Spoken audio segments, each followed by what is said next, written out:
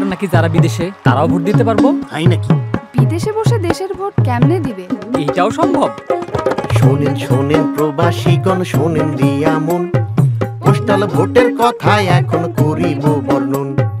দেশের বাইরে থাকেন যারা, সম্পদ দেশে আনেন তারা, ভোটটা দিবেন পোস্টাল অ্যাপে, কেমনে দেখি চলে, হাই হাই কেমনে দেখি চলে। ও বাউল ভাই, আমার ছেলে তো দেশের বাইরে থাকে, সে ভোট দিতে পারবে?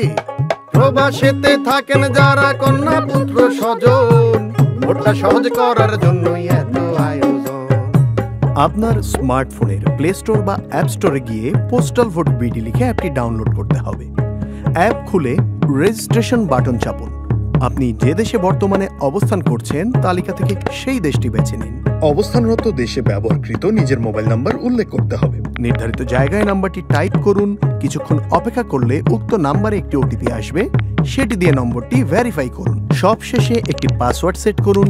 এভাবেই আপনার অ্যাকাউন্ট তৈরি হয়ে যাবে। অ্যাকাউন্টে হয়ে গেছে, কাজ তো শেষে নয়, ভোটটা দেওয়ার আগে করুন যাচাই পরিচয়, হাই হাই যাচাই পরিচয়। অ্যাপের লগইন অপশনে মোবাইল নম্বর সেট করে পাসওয়ার্ড দিন। এনআইডি কার্ডের সামনের অংশের পরিষ্কার ছবি তুলুন।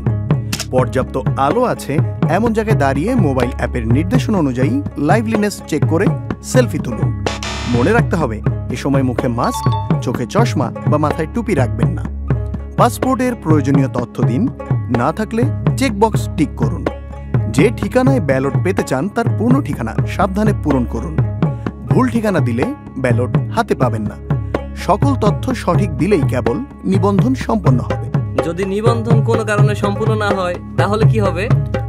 যদি আপনার নিবন্ধন সফল না হয় তাহলে নির্বাচন কমিশনের নির্ধারিত পদ্ধতিতে নিবন্ধন প্রক্রিয়া সম্পন্ন করা হবে।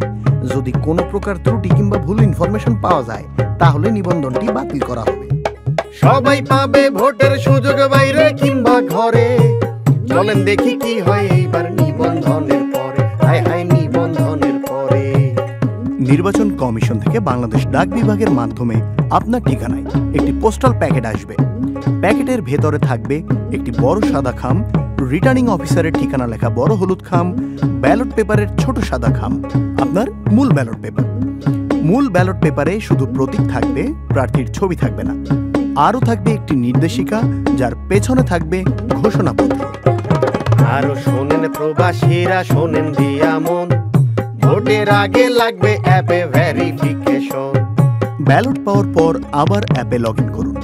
পুনরায় লাইভলিনেস চেক দিয়ে নিজের পরিচয় নিশ্চিত করুন। নির্দেশনা অনুযায়ী রিটার্ন খামের কিউআর কোড স্ক্যান করে ব্যালট প্রাপ্তি নিশ্চিত করুন। নির্বাচন কমিশন থেকে প্রতীক বরাদ্দ হলে অ্যাপে আপনার আসনের প্রার্থীদের প্রতীক দেখে নিন। পছন্দের প্রার্থীর প্রতীকের পাশে দিবেন একটা টিক, পাশে দিবেন একটা টিক। ভোটটা বাতিল হবে যদি চিহ্ন থাকে একাধিক। ও বাউল ভাই, আর কি আছে বাকি? নির্দেশিকা দেখে ঘোষণাপত্র পূরণ করে শেষে সাইন দিন। তথ্য যেন সঠিক থাকে তা আবার দেখে নিন।